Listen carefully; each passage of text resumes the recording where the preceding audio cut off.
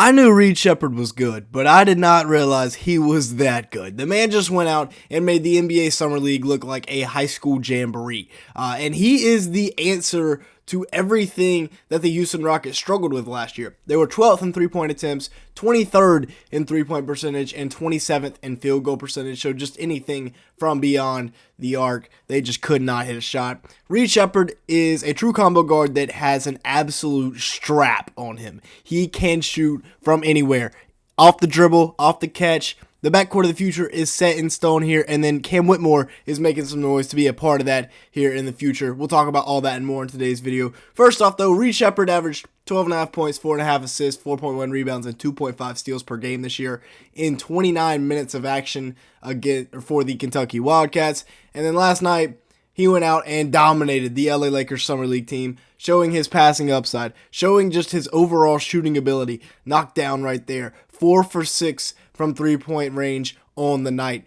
And he would finish with 23 points in his Summer League debut, putting Dalton Connect in the blender right there. He also added 5 rebounds, 4 assists, and 3 blocks for good measure. Now, that was a great move and all, Reed, but we got you in 4K here. That is what you call a carry. Both hands were on the ball right there. I can't be the only one that saw that. But he also showed his upside when it comes to being slithery in the pick and roll. Does a great job here of keeping Tommy Kuzi on his back and then ends up crossing him so he can get open for the shot. A little fall away 15-footer. Very nice there from Reed Sheppard. And then once again coming off the screen, then the rescreen and finding that open space at the elbow to knock it down over Colin Castleton. And that is a big man. That's not an easy shot to make. Great job by the big man here, though, working with Reed, and then he knocks it down. I think he's great in the pick and roll. He can orchestrate it very, very well. And then that's not your average white guy right there at 6'1", being able to get up there. He's got a 42-inch max vertical. He plays with an elite pace as well, which is something I noted last night. Very smart, very good passer. Like I said, passing upside. He is a true combo guard. He can do both. And I think Whitmore and Reed are perfect together. They complement each other perfectly. Here's Reed again, knocking down the 3-ball from Cam Whitmore, and then getting out in transition, waiting a minute, and again, the pace, not freaking out, taking everything slow, and then he finds Cam Whitmore streaking in for the dunk. But let's be real, Cam Whitmore is too good for the Summer League. Why is this man still here? He was just out there, full court press, getting as many easy buckets as he can, clear the runway because I'm going up top. Goodness gracious, with authority right there. Great cutter. He was very, very good at cutting last night. And then the bang out, teabagging people left and right.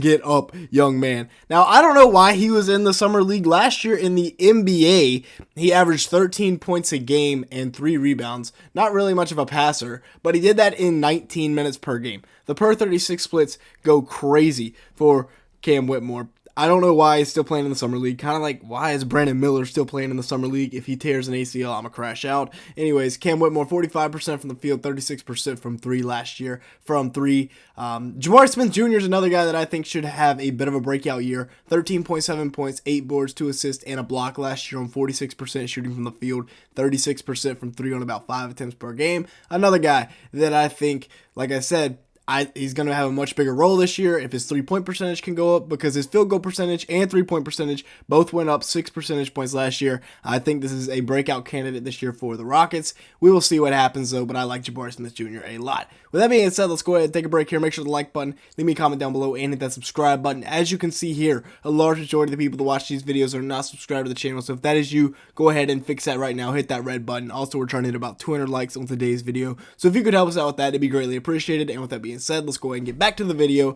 looking at the perfect big to play alongside of Reed Sheppard.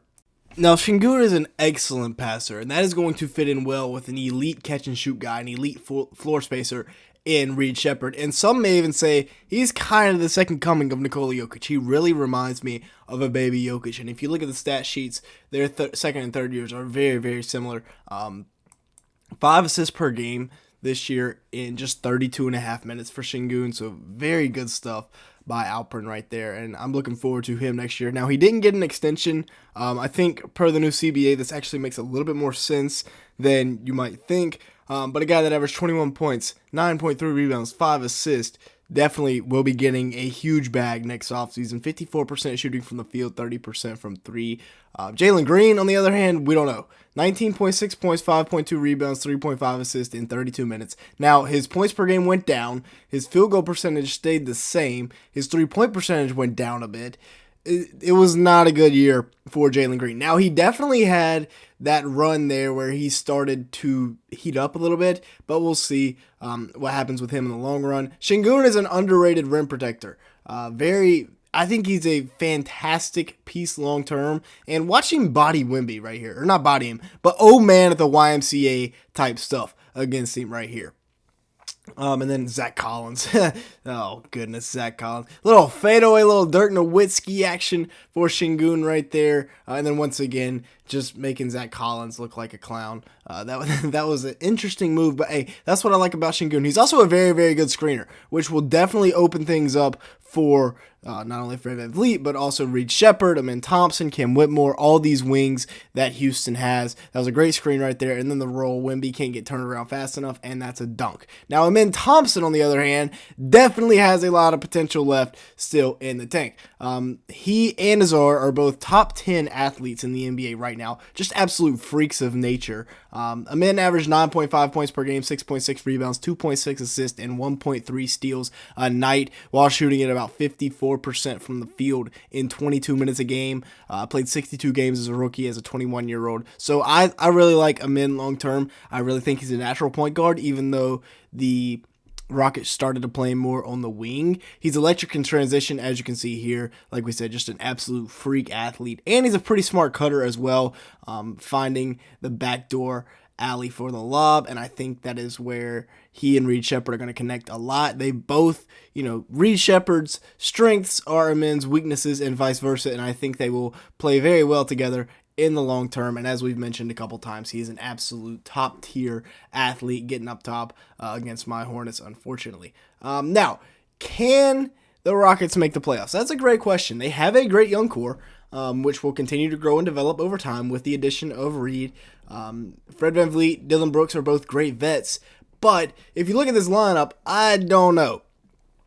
Honestly, how long is it before a Cam Whitmore or a Reed Sheppard takes away Jalen Green's spot in that starting lineup? I don't know. I like Dillon Brooks. I like Jabari Smith Jr. I like Alperen Sengun as the 3-4-5 here. But Fred VanVleet's got like 1 year left in Houston, and they're definitely not paying him that third year. And then Jalen Green probably on the way out. We'll see what happens, though. You got Amen, Reed Sheppard, Cam Whitmore, Tari Eason, and Steven Adams. This is a very, very good bench unit. So if the Rockets are very good, it's because their bench unit was so elite.